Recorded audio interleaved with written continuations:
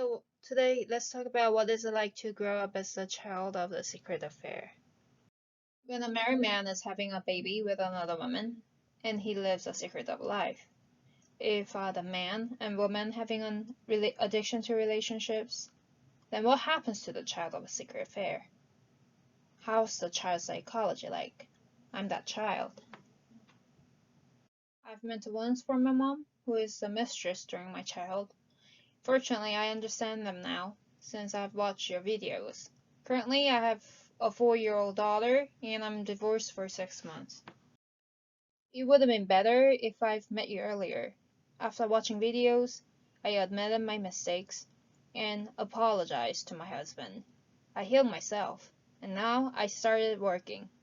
Thank you very much. Thank you very much for watching my videos. I'm glad it helped.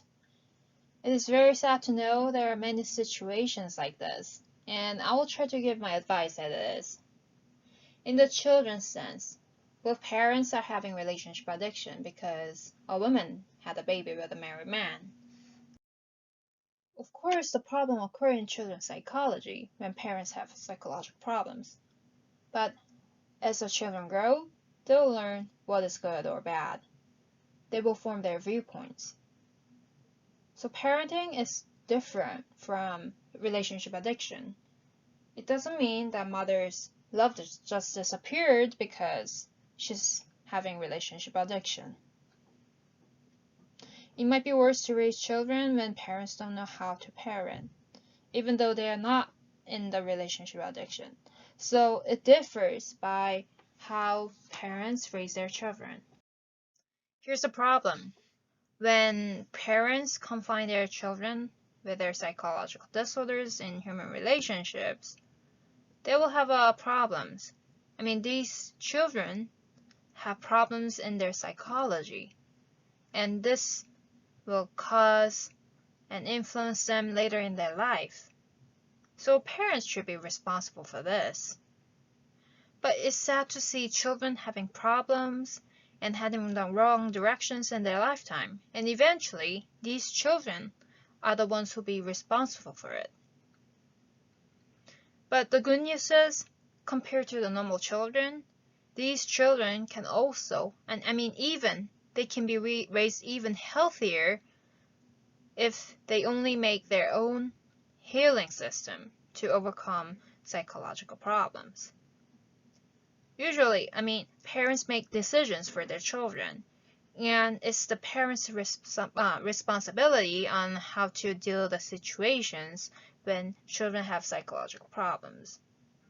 However, if children can come up with their own solutions, and they can make their own healing system to stabilize their psychology by having influences from teachers, friends during their growth. And this is not from their parents. Right, so it's difficult to treat parents as psychological disorders, and I'm sure it can't be treated in future. But in children's sense, there's no need for them to live just like their parents, right? So let's come back to the writer's letter.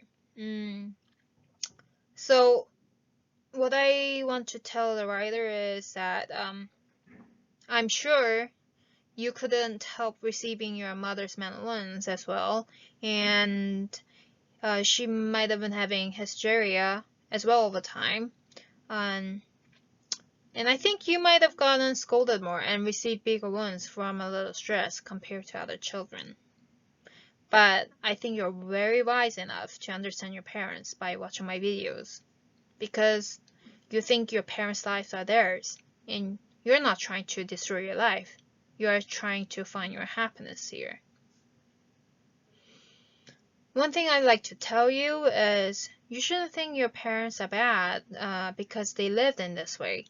Your parents just didn't know how serious the problem they have in psychology. And eventually, parents just lived a life for their own. So in your stance, it might be not understandable, but parents' lives are not your lives, so it's unrelated. I think you might have situated in worse situations to be raised, since parents shape their children's lives. But I think you should be very proud of yourself trying to overcome the unfavorable situations. I tell people not to involve children in infidelity problems during my YouTube consultations on infidelity because children's psychology collapses. I mean, you should solve your own problems first if you face problems. I mean, it doesn't matter if you're a husband or a wife. Don't think about how to deal with others. Just think about yourself, your life first. Don't think about anything else. You should solve your problems. This is why I'm emphasizing about your life. Because after treating yourself, you can treat your children and you can change into a person who can raise emotionally healthy children. You should treat yourself and protect yourself first. Then it's never too late to think about protecting your children. Again, think about your life first before thinking about other people's lives. Once you fall down in life, your children, your spouse, and other people will fall down as well. So you should know that you will see things objectively and to solve problems around you once you solve your problems first. So after repeating the same thing, I'm sure you got my message, right? So when you go through the difficulties, you will perceive the moment to treat yourself. And online treatment training is a treatment method for those difficulties. It's not important how soon you've known about it. But now, after you were divorced, you should realize that you have some problems in your psychology. And it's never too late to take it. Interestingly, not many people write down infidelity as their main reason for divorce. But in psychology, a married couple is connected to one way or the other with infidelity, and 8 out of 10 people are related to infidelity. And I'm telling you not to deal with the situation when infidelity happens, because it triggers divorce. The funny thing is, when I ask people how they are preparing for their divorce, they tell me that they're ready to file divorce like child custody or finance or house. But nobody tells me they are emotionally or psychologically prepared for the divorce. And I ask them whether they concluded their life or marriage life or they are preparing for the future, but usually most people neglect this. And these people think their relationship with the husband gets over once they're divorced. But I mean, the husband is not the only relationship you have. You're only separating yourself from the husband, and currently you're not ready for the new relationship neither. So you'll be having new relationship without treating your mental wounds and trauma. So eventually, you will get the point. Divorce is not important. You will become more miserable if you get divorced without any preparations. I mean, you can't live miserably in the future just because you're comfortable in your current state. So therefore, I mean, it's not too late for you to find your happiness although you're divorced. You should know the right methods or principles on how to live a happy life with human relationships by treating your trauma. And this is the treatment. Treatment is not just simply for lowering pain levels.